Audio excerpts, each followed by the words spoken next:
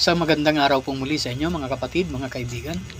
Andito na naman po si Balita Taon ng Agila at muli pong nagpupugay at muli po kayong hahandugan ang isa na naman pong tula. Ang pamagat po ng tula na aking bibigkasin, Good na po. Mayroon akong ikikwento nangyari sa paaralan. Ito ay kwentong kutsero, pwedeng hindi nyo pakinggan. Pagkat ito'y isang kwento na puro kabulastugan, gusto nyo ba na marinig? Hito na't pa sisimulan. Ako pong si Balintatao ay matamang nakikinig. Nakatuon aking mata sa loob ng isang silid. Ang teacher ay nagtuturo ng subject na mathematics. Ako ay nagka-interes, kaya ako ay nakinig. Itong teacher ay tumayo, nagsimula ng magturo, at ang sabi nitong teacher, sa akin makinig kayo.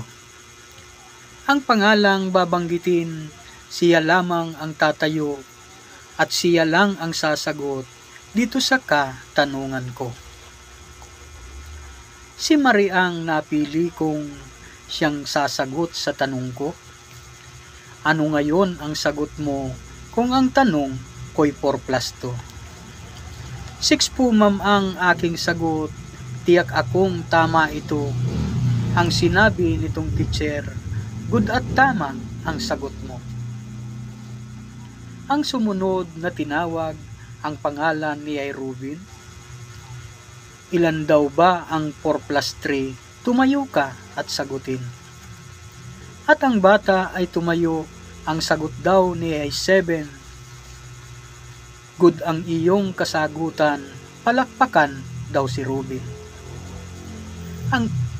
Ang sumunod na tinawag, ang pangalan ni ay Cherry. Ano ba ang iyong sagot kung tanong ko ay 5 plus 3? 8 po ma'am ang aking sagot. Tama po ba ang sinabi? Tama naman ang sagot mo. Good ang aking masasabi. At tinawag ang panghuli, ang pangalan ni ay Jeffrey. Ano ba ang iyong sagot kung ang tanong ko'y 6 plus 3? Ang sagot ko po ay good ma'am. Yan ang aking masasabi. Bakit good na kaagad? Wala ka pang nasasabi. Kasi po ma'am, nang si Marie tinanong nyo ng 3 plus 3, 6 lang po ang kanyang sagot at good na ang iyong sinabi. Lalong good po ang sagot ko sa tanong nyo na 6 plus 3, pagkat yun po ay 9 na, kaya good na ang sinabi. Salamat po.